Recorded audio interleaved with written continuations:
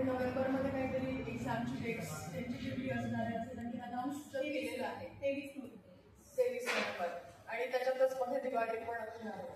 आपल्याला सायन्सचं गायडन्स द्यायला मी आलेली आहे, ज्याच्यामध्ये सायन्सला 30 मार्क्सचं वेटेज आहे. Have you all gone through the paper format? Paper कसा असतो त्याचा कधी पाहिलाय का? त्याचा पेपर पाहिलाय कधी? Okay, so you know the different sections in the paper, and you know that there is maths and science for the teachers who teach in 7th standard. So if you're preparing for this exam, first thing what you should know is the syllabus of science from 5th standard to 12th standard. I hope you all understand English. I'll be talking in Marathi as well because science जो आहे तो बराचसा आपण 11वी 12वी मध्ये जेव्हा येतो तेव्हा इंग्लिशमध्ये शिकतो. आणि जेव्हा फिजिक्स, केमिस्ट्री आणि बायोलॉजी असे 3 ब्रांचेस आपण सायन्सचे हे करतो त्यावेळेला आपल्या असं लक्षात येतं की 5वी पासूनच हे फिजिक्स, केमिस्ट्री, बायोलॉजी इंटिग्रेटेड आपल्या बालभारतीच्या पुस्तकांमध्ये दिलेले आहेत. ओके, आता मला सांगा की किती जणांनी आतापर्यंत सायन्सचे चॅप्टर्स कोणते आहेत 5वी पासून 10वी पर्यंत सायन्सचे चॅप्टर्सची नावं तरी माहिती आहेत का तुम्हाला? ओके, पहिली गोष्ट मी तुम्हाला सांगते की कुठलंही तुम्हाला यश जर मिळवायचं असेल तर शॉर्टकट नाही आहे. There is no shortcut for success. Do you agree with me? Yes. See, if you want to clear the exam and if you want to show your talent, you have to do some hard work. येतं लक्षात? आता ह्याच्यामध्ये तुम्ही कसं करू शकता तर group study करू शकता. If you make a group of 4 or 5 students, प्रत्येकाने एक वर्ग जर घेतला 10वी पर्यंत म्हणते मी, 11वी 12वीला तुम्हाला थोडंसं मी कसा अभ्यास करायचा किंवा कुठले व्हिडिओज वरती थोडंसं गायडन्स मिळेल हे मी तुम्हाला सांगेन. One thing is that if you make a group of students, group of friends who will be taking one class each for studying maths and science. Okay? तर सपोज 5 जणांचा ग्रुप झाला तर 5वीचं पुस्तकातनं नोट्स काढणारी 1, 6वीची दुसरी, 7वीची तिसरी, 8वीची असं तुम्ही डिवाइड करा. That is the best way to study in short time. का तर सगळी पुस्तकं परत सगळ्यांना वाचायला आता वेळ खूप कमी राहिलेला आहे. आणि जरी तसं नाही जमलं तरी एकमेकांबरोबर व्हॉट्सअप ग्रुप करून सुद्धा तुम्ही अभ्यास करू शकता. जर तुम्ही लांब राहत असाल तर you make one WhatsApp group and then share the notes. Understood? The first thing what you have to do is तुम्हाला जो लेसन आहे, जो चॅप्टर आहे तो वाचायचा आहे. 5वीमध्ये तुम्हाला बायोलॉजी, फिजिक्स आणि केमिस्ट्री असं डिव्हिजन करायचं आहे. मग 5वीमध्ये बायोलॉजीचं काय सिलेबस आहे, 6वीमध्ये काय आहे, 7वीमध्ये काय आहे असं तुम्ही ग्रेडेशन करू शकता. When I made one PPT where I have made a gradation of topics from 5th to 12th. आणि त्याच्यामध्ये स्किल कोणते मुलांचे डेव्हलप होतात. अंडरस्टूड? सो त्या पद्धतीने अभ्यास करणं महत्त्वाचं आहे. So if you make groups and you divide your work, तुमचं काम कमी वेळामध्ये आणि परफेक्ट होणार आहे.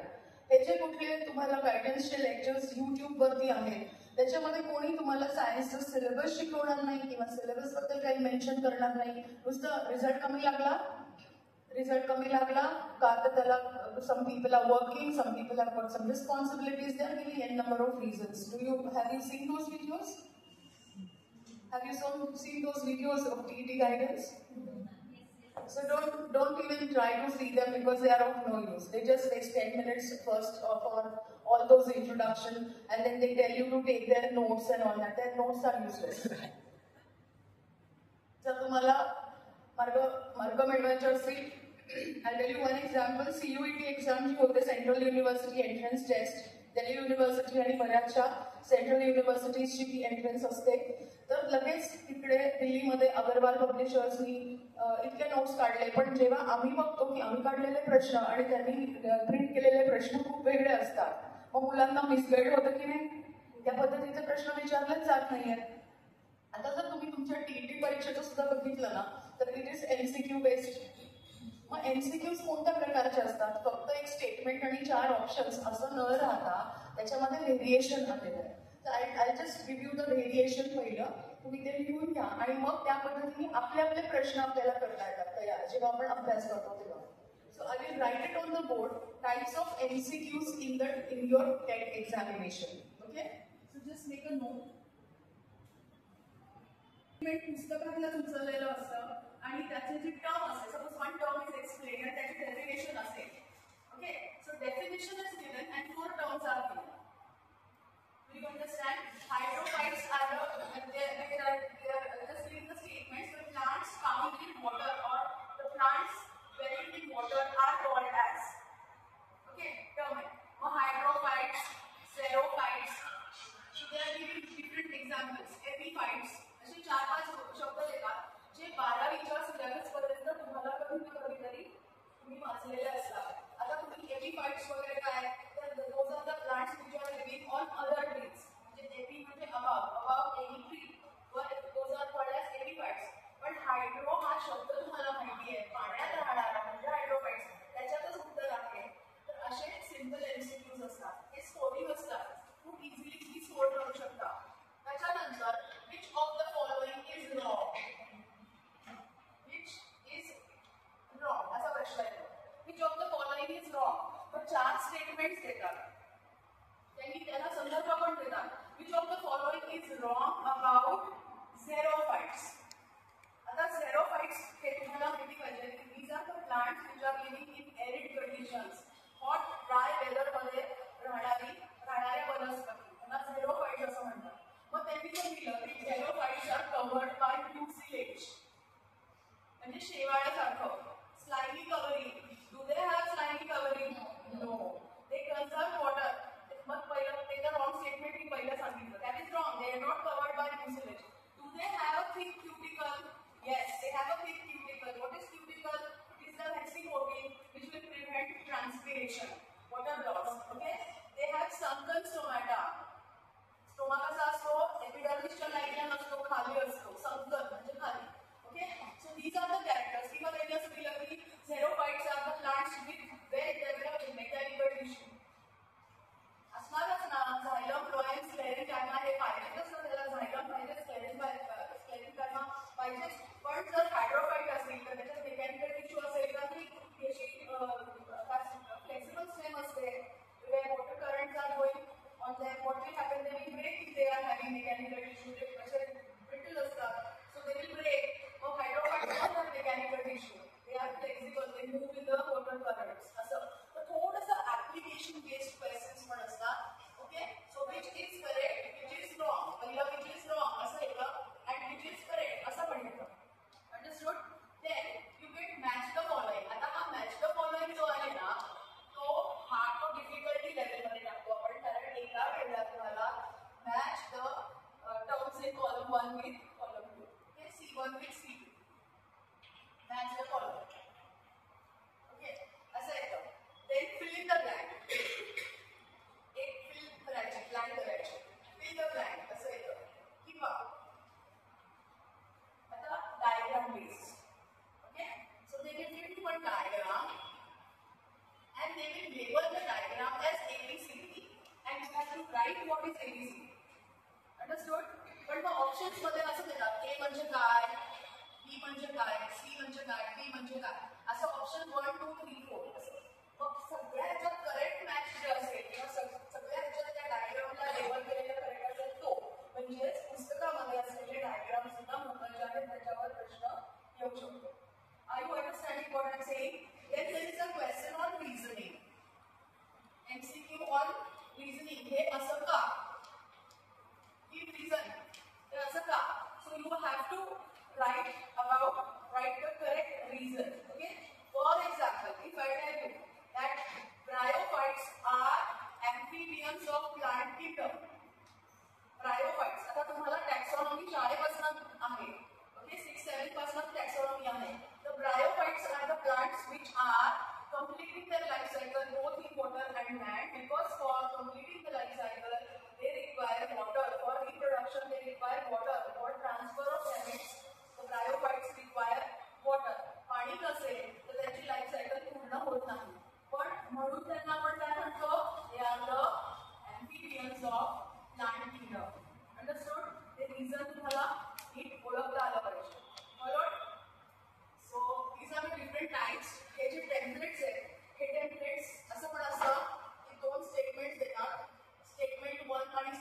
2.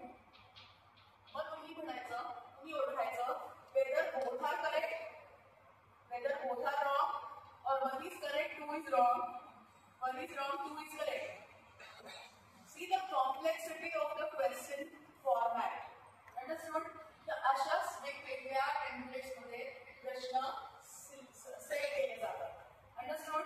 सो सायन्स साठी तरी कॅल्क्युलेशन साठी सुद्धा तुम्हाला आहे. So that is called as application. For example application based questions आहे. Application of your knowledge. Understood? मग त्याच्यामध्ये तुम्हाला माहिती पाहिजे की मेयोटिक डिव्हिजन्स म्हणजे काय आणि मायटोटिक डिव्हिजन म्हणजे काय. ओके. क्रोमोझोम नंबर कमी कधी होतो आणि क्रोमोझोम नंबर इक्वल का राहतो, कोणत्या डिव्हिजन मध्ये क्रोमोझोम नंबर सेम राहतो आणि कोणत्या डिव्हिजन मध्ये तो अर्धा होतो, रिडक्शन होतं. तर मेयोसिस आणि मायटोसिस फक्त इतर दोन स्टेटमेंट्स लिहिले तर तुम्हाला व्यवस्थित ओळखता आलं पाहिजे की दोन्ही स्टेटमेंट्स बरोबर आहेत, त्या दोन्ही चुकीचे आहेत, त्या दोन्ही एक बरोबर आहे, एक चुकीचा आहे, किंवा पहिला चुकीचा आहे आणि दुसरा बरोबर आहे. आलं लक्षात? तर अशा पद्धतीने फ्रेम केलं जातं. असे टेम्पलेट्स आपल्याला दिलेले असतात आणि तुम्हाला पण साधा एमसीक्यू करायची फक्त सवय लागलेली आहे की नाही. कारण बऱ्याचशा ज्या प्रिंटेड तुम्हाला पुस्तकं अवेलेबल आहेत मार्केटमध्ये त्याच्यामध्ये फक्त स्टेटमेंट 4 अक्षर. त्याला काय म्हणायचं? स्टेटमेंट डिस्ट्रॅक्टर. त्याच्यातला एक बरोबर असतो, उत्तर त्याच्यातच असतं, पण काय करतात खूप जवळ ठेवतात. आलं लक्षात? डिफरन्सिएशन असं सगळं असतं. डिफरन्सिएशन प्लांट ग्रोथ जेव्हा आपण करतो तेव्हा डिफरन्सिएशन. मग तुम्हाला त्याचे काय माहिती पाहिजे, त्याचे अर्थ माहिती पाहिजे. माझं ते तुम्हाला पाठ करायला वेळ आहे का? अंडरस्टँडिंग आहे का? तुम्ही समजून घेतलं तर तुम्ही विसरणार नाही. आणि काय करायचं माहिती का, तुम्हाला हे माहिती आहे ना, तुमच्या शिक्षकाने तुम्हाला सांगितलं असेल की जेव्हा तुम्ही पहिल्यांदा वाचता त्यावेळेला तुमच्या ब्रेनवरती अशी मेमरी लाईन तयार होते. Okay, you read only once, but again after 15 days you are reading again. Okay, again after 5 days you are reading again. Again after 2 days परीक्षा आली आहे, आता मी परत वाचलं आणि परत मी परीक्षेच्या आधी वाचलं. मग बघा किती ठळक आहे तुमच्या मेंदूमध्ये, आहे की नाही? मग तशा पद्धतीने अभ्यास करायचा. मी एक महिन्यापूर्वी वाचलंय आणि मी 1 महिन्यानी परीक्षा झाली, काय अर्थ का? आठवणार नाही. आपल्या विद्यार्थ्यांना पण आपण असंच सांगायचं की बाबा आपल्याला रेग्युलरली अभ्यास करायचा आहे, असं नाही की रोज वाचायचं. I said 15 days, 5 days, 2 days and 1 day. बरोबर की नाही? तर काय होईल, तुम्ही जेव्हा रिवाइज करता that revision is very important. Okay, so when you divide the work, get the notes with you, you keep the notes ready to read it. Read after 15 days, read again after 5 days, read again after 2 days, read again 1 day, read the exam.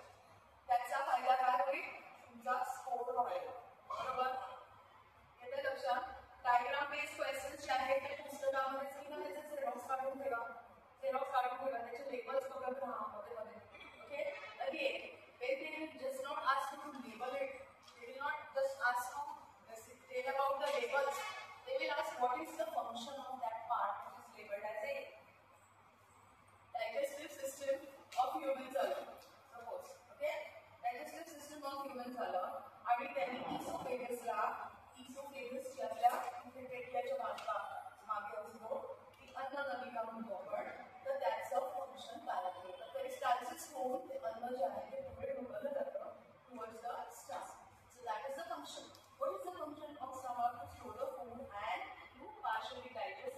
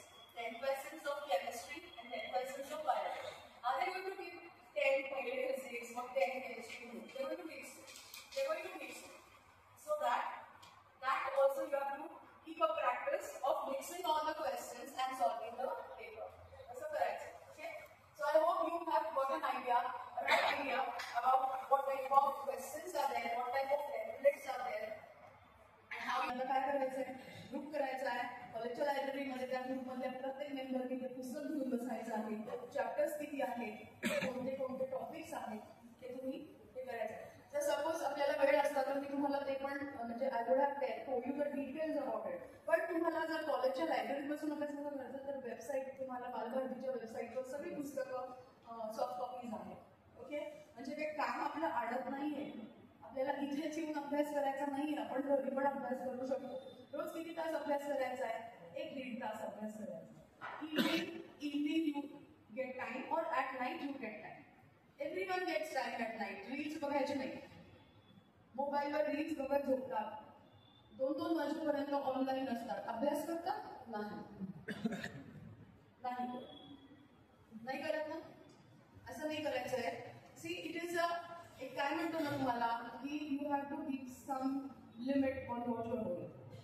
बंधन आहे थोडंसं ठेवायचं आहे, कारण आपल्याला परीक्षा द्यायची आहे, आपल्याला मार्क चांगले मिळवायचे आहेत, आपल्याला जॉब चांगला मिळवायचा आहे. This a professional course which you have chosen is a good noble profession. We know that we teachers आपल्या हातून पिढ्या घडणार आहेत आणि आपल्याला सगळं बरोबर शिकवायचं आहे. आपण काही व्हिडिओज बघतो दुसऱ्या स्टेटमधले टीचर्स, आपला स्टेट खूप चांगला आहे आणि पुण्यामध्ये तर बेस्टच आहे. See we should be proud. आपण पुण्यासारख्या शहरात शिकतोय, आपण पुण्यासारख्या शहरातल्या कॉलेजमध्ये शिकतोय, पुणे विद्यापीठाशी संलग्न आपण आहोत. दुसरी गोष्ट, best of best teachers you have got. You have got all infrastructure available in your institute. त्याचा फायदा करून घ्या. Don't waste time. आता ठीक आहे, आता फेस्टिवल आहे, थोडे 2-3 दिवस ह्या फेस्टिवलच्या शॉपिंगमध्ये किंवा प्रिपरेशनमध्ये जाऊ दे. पण after that you have to seriously start preparing for the exam which you are going to appear. आता हे मी तुम्हाला कसं आहे माहिती का, इट्स व्हेरी इझी पेपर. तुम्ही असं म्हणाल की असं का म्हणतात, तर compared to the exams for which I go for paper setting. म्हणजे टीईटीचा करतोच आपण, पण सीईटी थोडीशी सोपी आहे. महाराष्ट्र सीईटी थोडीशी सोपी, प्रश्न 4 मार्कांना असतात. म्हणजे एक चुकला तर -1 होतो.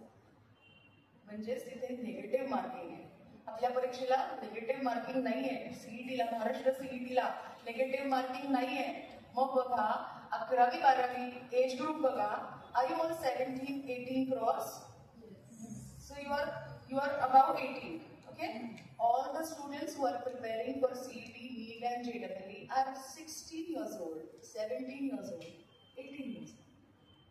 विचार करा, त्या वयात आपल्याला तेवढी मॅच्युरिटी होती का? नव्हती. आताची पिढी बघा तुम्ही, ते इतके फोकस्ड असतात आणि इतकी अवघड परीक्षा असते तरी ते सब्जेक्ट स्प्लिट केलेला आहे. Physics, chemistry, biology. I have highlighted some of the topics which have got application after the present. So the first one is light, energy, speed, and relativity. Okay. So here we are going to discuss it in another APD. What is all of that?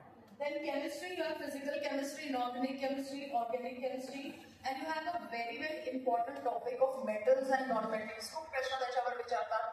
प्रॉपर्टीजवर विचारतात, त्याच्या अलॉयजवर विचारतात, त्याच्या ऍप्लिकेशनवर, त्याचे उपयोग काय आहेत, uses of metals and non metals. Then biology is divided into microbiology, that is microbes, micro organisms बद्दल 5वी पासून त्यांना सांगितलं जातं harmful, useful microbes and all that. आपण घरात पण वापरतो. घरात सुद्धा त्यांना बायोटेक्नॉलॉजीमध्ये जेव्हा आपण करतो ना. सो बायोकेमिस्ट्री आहे. बायोकेमिस्ट्रीमध्ये आपण सगळ्या बायोमॉलिक्युल्स बद्दल, proteins, lipids, fats, nucleic acids, carbohydrates ह्याच्याबद्दल करतो. त्याचे स्ट्रक्चर, त्याचे युजेस, त्याचे टाइप्स, त्याचे क्लासिफिकेशन आणि बॉटनी, झुऑलॉजी आणि बायोटेक्नॉलॉजी हे ते ब्रांचेस आहेत.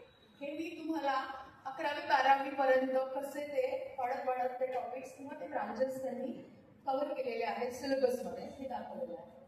Okay, so total number of questions is 30. No negative marking. Physics 10 marks, chemistry 10 marks, biology 10 marks. This I've already told you. Now, cracking TET is the only way to gain entry to a job in the government and aided schools. Then private schools la एवढं TETचं rule नाही आहे. ज्या international schools आहेत किंवा मग SUC बोर्डच्या schools आहेत, CBSEला मात्र आहे. CBSEला TET आहे, CGP.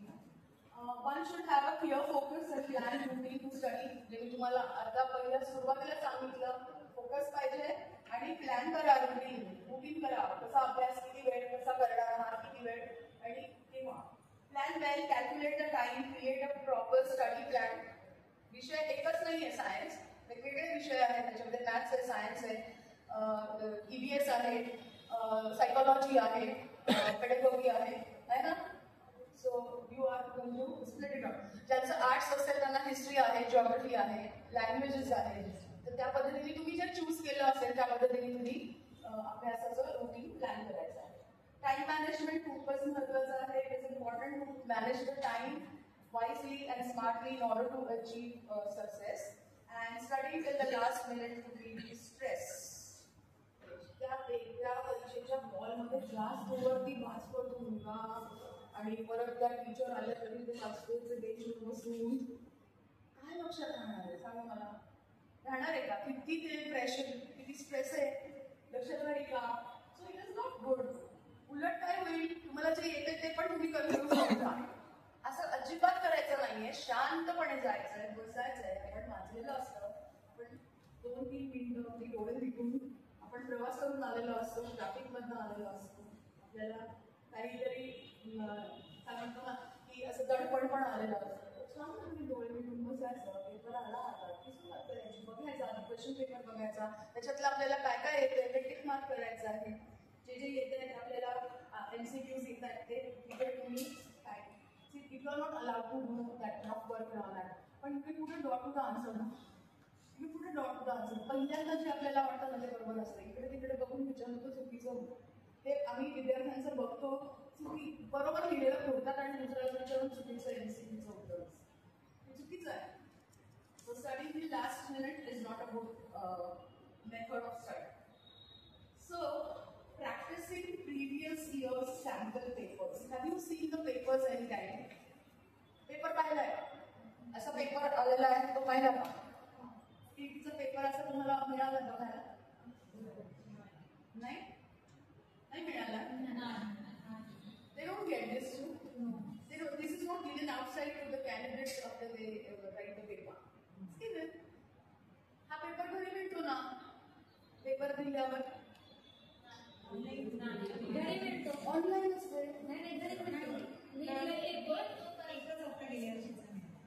हा मिळाला ना? हा मी तेच सांगते.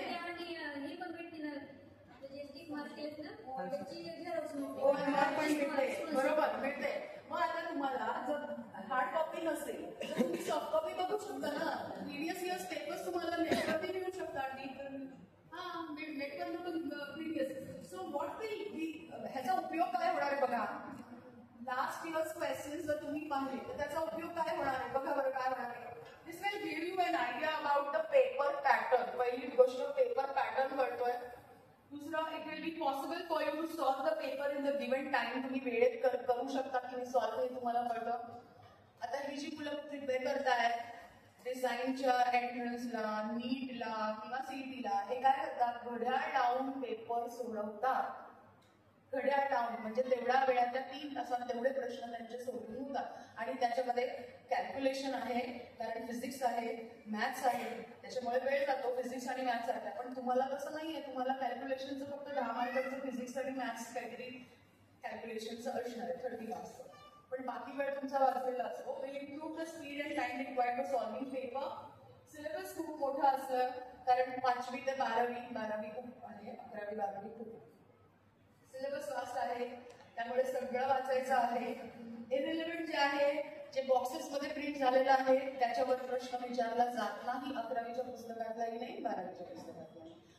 बऱ्याचदा do you remember, do you know this असे त्याच्यामध्ये कॉलम्स असतात. तर ते काही वाचायचे नाहीये कारण त्याच्यावर प्रश्न येत नाही. पण ते तुम्हाला येत असतं कारण प्रिव्हियस इयरला ते शिकवलेलं असतं. Okay. So do not leave anything for last minute. Use flow charts, diagrams, visual aids as study material. Practice old exam papers will give you an idea of the format and formulation of questions. The formulation of questions I have already told you. Science चे formulate प्रश्न formulate कसे होतात? Templates वापरून होतात. Okay. नंतर ना मी तुम्हाला थोडंसं प्रश्न डिस्कस करणार आहे. मेक नोट्स करायला सांगितलेलं आहे. Okay. This will help you retain the information for longer time.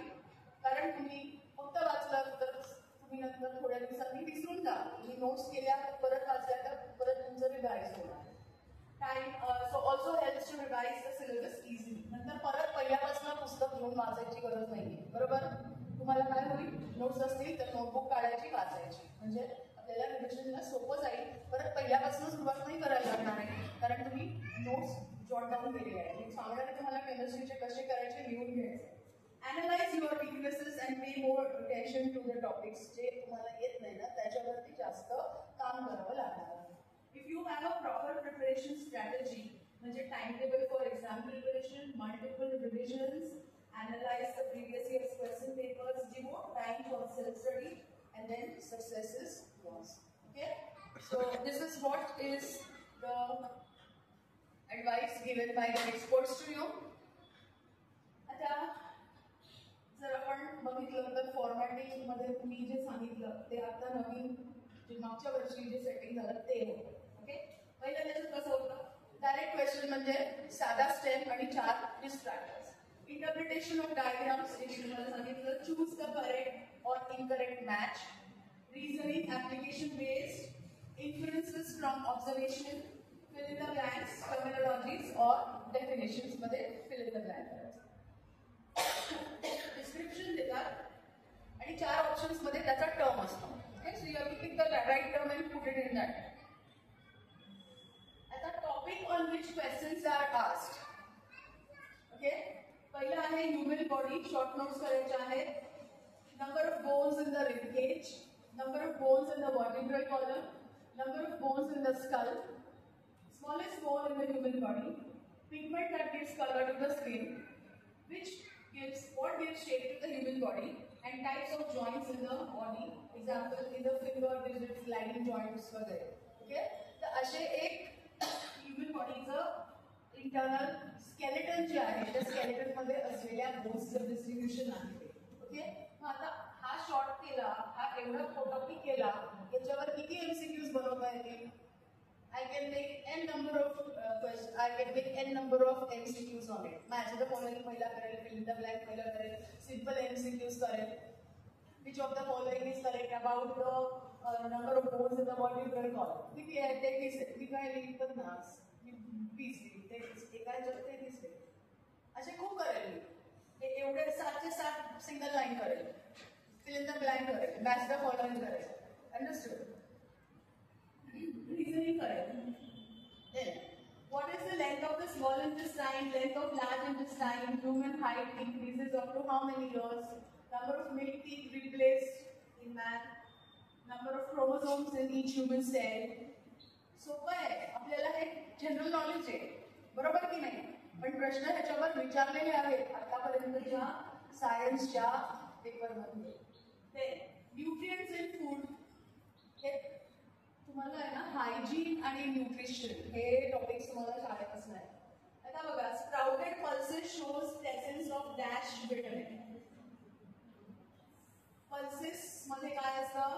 Proteins असतात. Okay, then water soluble vitamin कोणते आहेत? डेफिशियन्सी ऑफ विटामिन बी काय करतो? Very good. Vitamin A night blindness, vitamin C sperm, iodine कोणता disease कमी असेल तर काय होतं? व्हाईट करतो. So here again match the following करता येईल, fill in the blank करता येईल, पण नोट्स काढले आपल्याकडे रिवाइज झालं. ओके, आता मायटोकॉन्ड्रिया आणि क्लोरोप्लास्ट हे 2 प्रोसेस मला आहेत, रेस्पिरेशन, फोटोसिंथेसिस. मग आता तुम्हाला क्लोरोप्लास्टचं स्ट्रक्चर नीट आलं पाहिजे, मायटोकॉन्ड्रियाचं स्ट्रक्चर नीट आलं पाहिजे. आता क्रिस्टे कुठे असतात? तर cristae are the foldings of the inner membrane of mitochondria. Okay, so what are they? They are the site for protein synthesis, no. Breakdown of macromolecules, no. DNA replication, no. But oxidation reaction होतात ना, NADH2 FADH2 होतात ना, Krebs cycle कुठे होते? जे terminal oxidation होतं, जे क्रिस्टेच्या F1 particles मध्ये होतं, तिथे काय होतं? ऑल्टरनेट रिडक्शन आणि ऑक्सिडेशन होतं. आणि काय होतं? एका NADH पासून 3 ATPs आणि एका FADH2 मॉलिक्युल्स पासून 2 ATPs तयार होतात. So this is the process of formation of energy. So cristae in mitochondria are the site for site for terminal oxidation किंवा इलेक्ट्रॉन ट्रान्सपोर्ट सिस्टम किंवा ऑक्सिडेशन रिडक्शन रिॲक्शन असे 3-4 terms तुम्ही तिथे answer म्हणून आता ऑप्शन मध्ये काय देतात त्याच्याप्रमाणे तुम्ही सिलेक्ट करायचं. What is the chromosome with centromere little away from the center called? आता 4 chromosomes आहेत, classified based on the position of the centromere. तो जो centromere जो आहे तो काय करतो, 2 sister chromatids ला जॉईन करतो आणि तो मध्ये असतो, थोडा मध्यापासून थोडा खाली असतो किंवा आणखी थोडा खाली असतो आणि एकदम टोकावर असतो. So those are metacentric, submetacentric, telocentric, acrocentric क्रोमोसोमचे क्लासिफिकेशन. डायग्राम वरून करायचा आहे हा प्रश्न. Then in which part of chloroplast are the photosynthetic pigments present? आता तुम्ही प्रकाश संश्लेषण जे आहे ते शाळेपासून शिकलेले आहात आणि हा एकच प्रोसेस अशी आहे की जी सौर ऊर्जा हार्वेस्ट करून केमिकल एनर्जी तयार होते, एटीपी तयार होते. आता ही कुठे होते, ही प्रोसेस कुठे होते, तर सगळ्या ग्रीन प्लांट्स मध्ये, म्हणजे ज्या वनस्पतींमध्ये क्लोरोफिल पिगमेंट आहे त्याच्यामध्ये होते. आता ह्या फोटोसिंथेटिक पिगमेंट्स कशा क्लासिफाय केलेले आहेत.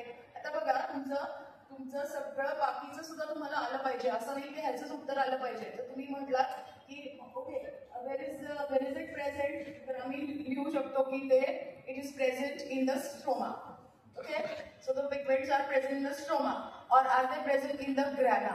See, the pigments are present in the grana, not in the stroma, because in the grana, the light reaction takes place, and harvesting of light takes place during day, and it takes place in the grana of the chloroplast, not in the stroma. Stroma मध्ये Calvin cycle होते आणि ग्रॅनम मध्ये काय होतं, तर ग्रॅनम मध्ये photo phosphorylation होतं, ATP तयार होतात. Okay, energy of sun is harvested and that phosphate is added to ADP. Okay, phosphorylation and photo का म्हणतो, तर it is using the energy of light. So photo phosphorylation कुठे होतं, ग्रॅनम मध्ये होतं. मग कुठे प्रेझेंट असतील pigments are present inside the granum. मग ते कशी अरेंजमेंट असते, त्याची अरेंजमेंट फोटो सिस्टम मध्ये असते. ज्या फोटो सिस्टम मध्ये कोर पिगमेंट असतो आणि त्याच्या बाजूनी अँटीने पिगमेंट्स असतात. ते कोणते असतात, chlorophyll A is the core pigment, chlorophyll B, xanthophylls and carotenoids are the antennae pigments. What are they doing? They are harvesting the light and sending the energy rich electrons towards the core pigment, which is the reaction center. And तिथनं electrons expel होऊन फोटोफॉस्फोरिलेशनला सुरुवात होते. हे सगळं चित्र आपल्या डोळ्यासमोर आलं पाहिजे की कसं होतं, प्रकाश संश्लेषण कसं होतं. नुसतं होतं नाही, कसं होतं, काय होतं हे आलं पाहिजे ना. हे आलं पाहिजे. It's very interesting. Don't you find this interesting? They are preparing food for you. आपण डायरेक्टली और इनडायरेक्टली त्याच्यावरच डिपेंडेंट आहोत ना, त्याच्यावरच तर जगतोय ना. Plant products, animals cannot prepare food, we cannot prepare our own food. So they are preparing for us, they are harvesting the light, how they are doing, त्याचा आपल्याला you should have value for it, and they are doing it without any cost. पैसे घेतात का झाडं हे काम करायला? अजिबात नाही. पण झाडांनी कसं तयार केलं हे आपल्याला माहिती पाहिजे की नाही. It's interesting. Don't you discuss it with your friends. तुम्ही शाळेत पण जेव्हा तुम्ही शाळेत शिकत होता तेव्हा तुमच्या शाळेतले शिक्षक तुम्हाला एखादा टॉपिक शिकवायचा तर इट वॉज मेकॅनिकल. ठीक आहे, शाळेत गेले, बसले, वर्ग संपला, लेक्चर झाले, चालले घरी. It was like that.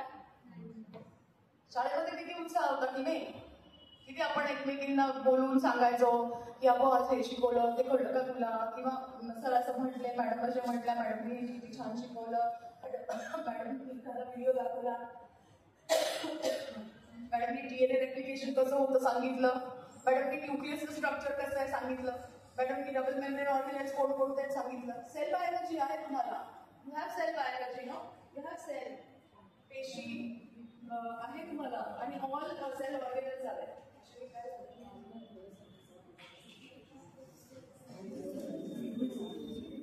हरित लवक असं म्हणतात ना मराठीमध्ये, म्हणतात ना.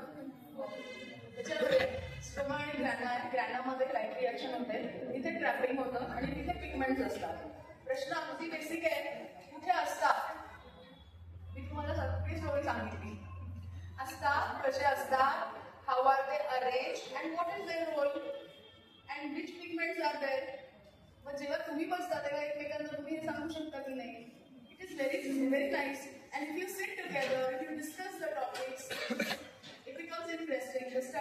is interesting. There should be a mentor for you, actually. Just a check clear है ना, त्याला बस घेऊन बसायचं. That mentor is going to guide you. हे वाचायचं, हाँ हे कर रे, हाँ ह्याचं सांग उत्तर. आहे का ग्रुप तसा? एक ग्रुप्स. एकटे अभ्यास करता? एकटे अभ्यास करता का? Individual. Your choice. So it is present. When it is present, it is present in the thylakoids. Okay? So thylakoids. कारण ग्राना जो बनतो तो मेम्ब्रेन्स एकमेकांवरती स्टॅक होऊन एक ग्रानम बनतो आणि कसा बनतो? You must have seen the diagram also. कसा बनतो ग्राना? हा क्लोरोप्लास्ट आहे. ग्राना कसा बनतोय? ग्राना कसा बनतोय? थायलाकॉइड्सचा बनतोय. थायलाकॉइड्स कसे एकमेकांवर असे मेम्ब्रेन्स आहेत आणि त्याचे असे स्टॅक्स झाले. So it is a stack of, it looks like a stack of coins. एकमेकांवर कॉइन्स ठेवल्यावर कसं बनतो तसं. ओके. आता या ग्रानामध्ये सपोज हा ग्राना, या ग्रानाच्या एका थायलाकॉइडमध्ये काय आहे? कॉन्टाझोम्स आहे. या कॉन्टाझोम्समध्ये pigments. See, I have enlarged one part. Pigments are present here. Stroma मध्ये नाही, हा स्ट्रोमा आहे ना, हा स्ट्रोमा आहे आणि हा ग्राना आहे. बरोबर की विचारलंय काय? In which part of chloroplast are the photosynthetic pigments present? Pigments are present here in the thylakoids of cell. आलं लक्षात? So thylakoids. Understood? तसंच माइटोकॉन्ड्रिया काढला तर काय दिसतं? माइटोकॉन्ड्रियामध्ये काय दिसतं? Inner membrane folded inside called as cristae. आणि त्या क्रिस्टेवर F1 पार्टिकल्स असतात आणि तिथे तुम्हाला लिपिड्स बनतात. बरोबर? आपण terminal oxidation, ETS, electron transport system असं विचार केलाय. ओके. आता they have given a chart in your 11th standard book where they have given what is the age span of these animals. Which one of the following mixture of metals are used for preparing brass vessels? Alloys आहेत, metals, non-metals chapter मध्ये तुम्हाला alloys बद्दल दिलेलं आहे. आणि जेव्हा alloy बनतो त्यावेळेला दोन metals मिक्स करतात आणि alloy बनतो. आणि त्याच्यापासून झिंक आणि कॉपर पासून आपल्याला ब्रासचे utensils, vessels बनवतात. Which of the following alloy is prepared from zinc and copper? उलटा पण विचारू. See the change of the question. इथे असा विचारला, इथे झिंक आणि कॉपर वापरून काय करायचं? बेसिक नॉलेज तुमचं क्लिअर पाहिजे. You should know the answer and you can write any answer. त्याने प्रश्न कसा विचारला तरी उत्तर तुम्हाला लिहायचं. Iron, chromium, nickel, stainless steel जेव्हा बनवतात तेव्हा कार्बन बरोबर काय काय मिक्स करतात? Iron, chromium and nickel. Study that metals, non metals chapter त्याच्यावर एक तरी प्रश्न असतो. प्रॉपर्टीज वर असतो. Identify the correct statement regarding bacteria. Bacteria माहिती आहे ना? What are they called in Marathi?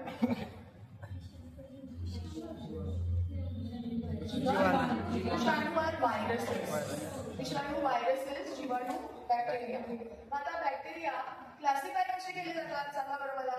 Based on the shape of the cell. If they are round, they are called as foci. If they are rod shaped, they are called as bacillus. If they are comma shaped, they are called as vibrio. Or if they are spiral, it is spirillum. असं त्याच्या शेपवरनं त्याला classify केलं जातं. आपल्याला माहिती आहे की bacteria useful पण आहेत आणि हार्मफुल पण आहेत. Useful bacteria in your day-to-day life is the one which you use for curdling of milk. तुम्ही दही करता दुधाचं त्यावेळेला त्याच्यामध्ये कोणता बॅक्टेरिया असतो? लॅक्टोबॅसिलस. मग ह्या लॅबवरती खूप प्रश्न आहेत. लॅक्टोबॅसिलसवर खूप प्रश्न विचारतात. तर तुम्हाला माहिती आहे की लॅक्टोबॅसिलस आहे तो काय करतो? लॅक्टिक ऍसिड बॅक्टेरिया असंही त्याला म्हणतात आणि तो मिल्क शुगरला ब्रेक करतो. Okay, and then curdling takes place. So it breaks hydrolysis of the milk sugar into glucose and galactose. Okay. So where is the State Institute of Science situated? It is in Nagpur. Some bacteria are harmful and some are useful. आपल्याला statement ओळखायचं आहे. सगळेच harmful आहेत, सगळेच useful आहेत. Bacterial viruses एकाच शेपचे आणि साईजचे आहेत असं शेवटचं टाकलं. सो मोस्ट करेक्ट आन्सर काय आहे? That they are useful as well as they are harmful. तर तुम्ही कसं करणार? ज्या वेळेला तुम्ही MCQ सॉल्व्ह करता त्यावेळेला तुम्ही एलिमिनेशन पद्धत वापरायची. एलिमिनेशन पद्धत म्हणजे हे चुकलं, हे चुकलं, हे चुकलं, काय बरोबर झालं, हे चुकलं, हे चुकलं, दोन पैकी कोणतरी you are confuse. But first is out of the question, you are not going to write that. मग या दोन्हीपैकी एक, पण हे तर माहिती आहे की व्हायरसेस त्याच्यापेक्षा लहानच असतात. Viruses are smaller than bacteria. हे माहिती आहे ना? No. So that answer also you know. So which of the following statement is correct? Heterotrophs are producers in an ecosystem. परिसंस्था. या परिसंस्थेमध्ये what are heterotrophs? The ones which are living on other. They are taking food from other organisms. How can they become producers? How can they become producers? Heterotrophs cannot be producers. Only autotrophs are producers. The consumers of ecosystem are on the second level of nutrition. Consumers. मग बघा, food chain आहे. Producers, consumers second level लाच असते. Carnivores are secondary consumers. ऐसा नहीं है. Herbivores आहेत ना पहिले. How can they become secondary? So herbivores are at the topmost level of ecosystem. Herbivores ला carnivores खातात. First level, second level, top level. How can they be at the top? आलं लक्षात? So this is a very simple question. पण तुम्ही नीट अर्थ लक्षात घेऊन त्याचं आन्सर मार्क करायचं आहे. Interesting आहे. You are supposed to. Now I have made some questions, but now I don't think so you'll be able to see them. But for the time being, I just come out of this and come to the part.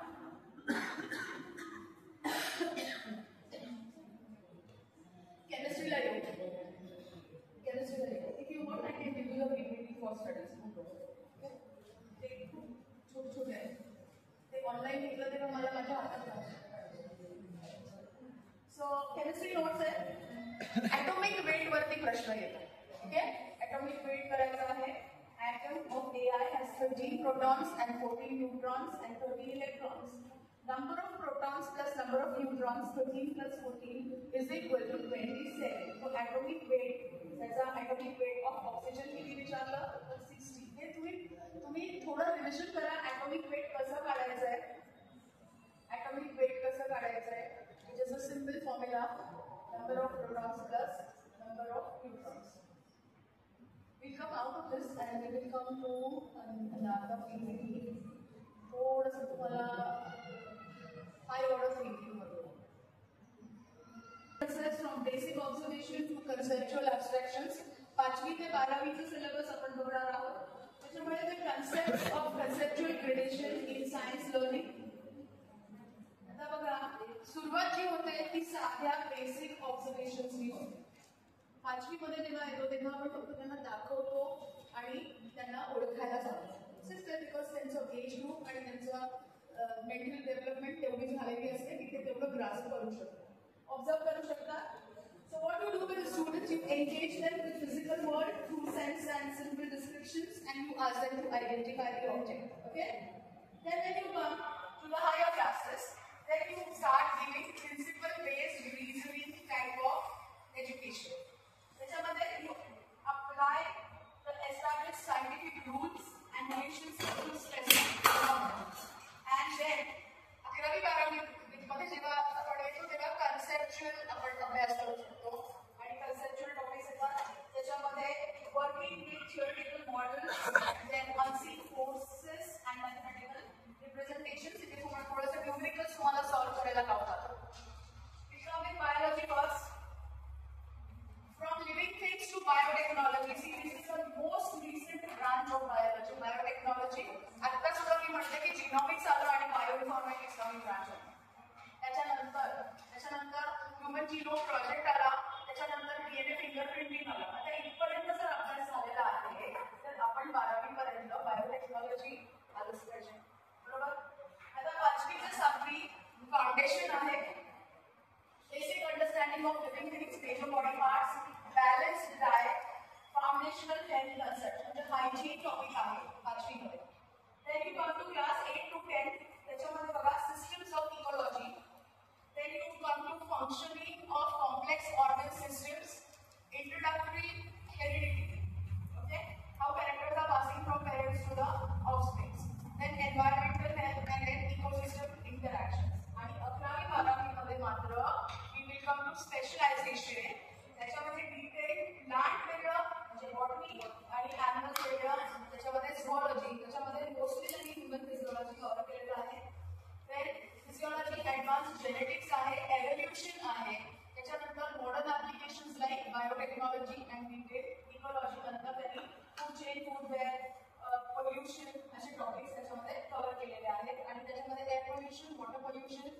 what is type of succession, how plants are growing on land and how plants are growing in water. That is called as succession. तर हे तुम्हाला 12वी पर्यंत higher level thinking आहे. Chemistry बघा, it is a path from mixtures to molecular bonding. आता तुम्ही सगळे बीएससी आहात, चला BSc students. How many of you have done BSc? Do you have to teach science? If you go in a class, you have to teach science. हो ना? Compulsory science तर तुम्ही ज्या वर्गांना शिकवता तिथे तुम्हाला सगळे विषय शिकवायचे आहेत, सायन्स पण शिकवायचं आहे. तर ठीक आहे, तुम्ही 10वी पर्यंत जर करा, 12वी ठीक आहे, 12वी थोडंसं आहे वास्ट, अवघड नाही आहे, वास्ट अवघड नाही, काही अवघड नाही. Nothing is difficult. अरे त्या 17 आणि 16 वर्षाच्या मुलांना डिफिकल्ट नाही, आपल्याला काय नाही. So exploration of states of matter, simple changes, physical, chemical changes, solutions कसे बनतात, common mixtures. 8वी ते 10वी atomic models आहेत, introduction of atoms, molecules. नंतर chemical equations कसे balance करायचे, acid, base आणि salts असे त्याच्यामध्ये टॉपिक्स घेतात, प्रॉपर्टीज घेतात मेटल्स आणि नॉन मेटल्सचे. आणि 11वी 12वी मध्ये ॲब्स्ट्रॅक्ट प्रिन्सिपल्स आहेत, advanced physical chemistry, deep organic chemistry, chemical organic bonding आहेत, कायनेटिक्स आहेत, थर्मोडायनामिक्स आहेत. So this is what is in your chemistry. Okay, physics मध्ये बघा, मी तुम्हाला ते माझ्या पहिल्या सांगितलं की तुम्हाला लाईट, साऊंड, रिलेटिव्हिटी तर यायलाच पाहिजे. पहिला 11वी 12वी पहिला आपण 5वी बघतो. 5वी मध्ये काय आहे, basic concept of motion, sound, light, energy forms in day to day experiences. नंतर force, pressure, detail study of electricity, electromagnetism, magnetism, quantitative concept of light, reflection, refraction. Okay, so and then when you come to 11th and 12th, you have mechanics, you have electromagnetism, modern physics, relativity, quantum theories, and advanced gravitational theories. Okay, so when you go into the syllabus, 5वी ते 8वी basic ideas येतात, 9वी 10वी मध्ये quantitative lodge येतात आणि advanced physics, 11वी आणि 12वी मध्ये advanced physics येतात. आता तुम्ही जेव्हा बायोलॉजी अभ्यास करता त्यावेळेला बायोलॉजी खूप सोपं आहे, कारण तो आपण फक्त ऑब्झर्व करून शिकू शकतो. हा विषय आहे, त्याच्यामध्ये ऑब्झर्वेशन, क्लासिफिकेशन, ॲनालिसिस, ॲप्लिकेशन. केमिस्ट्रीमध्ये कॉन्क्रीट एक्झाम्पल्स तुम्हाला अभ्यास करावे लागतात आणि त्याच्यात सिम्बॉलिक रिप्रेझेंटेशन, क्वांटिटेटिव्ह रिझनिंग. आणि for physics naturally experience based learning आहे, एक्सपेरिमेंटल रिझनिंग आहे आणि मॅथमॅटिकल मॉडेलिंग आहे. फिजिक्स थोडासा कॉम्प्लेक्स आहे, आय अग्री, बिकॉज फिजिक्समध्ये तुम्हाला कन्सेप्च्युअल अभ्यास खूप आहे, खूप थिओरम्स आहेत, खूप लॉज आहेत आणि you have to be very thorough in the knowledge. आता जेव्हा आपण ह्या लेक्चर्सचा एक समरी घेऊन जाऊ तर त्याच्यामध्ये आपल्याला काय कळतं, तर हे जे आहे हे एकदम नाही आहे, it's a gradual process. It's not आता सांगितलं हे सगळं आलंच पाहिजे, या वर्गात झालं पाहिजे असं नाही. हळूहळू ग्रॅज्युअल कॉग्निटिव्ह एलिव्हेशन. करिक्युलर कसं आहे, ते सपोर्ट करतं study increase in the cognitive loads, moving from simple record to advance synthesis and critical evaluation. Continuity and scaffolding हे सलग आलं पाहिजे. There should be consistency in what you are learning. So pedagogy should explicitly link the current concepts to prior knowledge, ensuring a seamless flow between grades and topics. Fostering integration, आवड कशी निर्माण करणार, तर encourage cross-subject applications using physics concepts to understand biology or chemistry for environmental sciences to build through scientific reasoning. आता हे तुम्ही म्हणाल की हे का सांगते, तर you are going out with a degree, okay? A professional category तुमच्याकडे सर्टिफिकेट असणार आहे आणि ह्याच्यात तुम्ही काय शिकला हे तुम्हाला सांगता आलं पाहिजे. So that is why I have made this PPT for you. Now when you are going to implement something in your day-to-day life, there should be inquiry-based learning. The child should ask you questions and you should be able to answer them. So you allow the students to investigate, to question the phenomena independently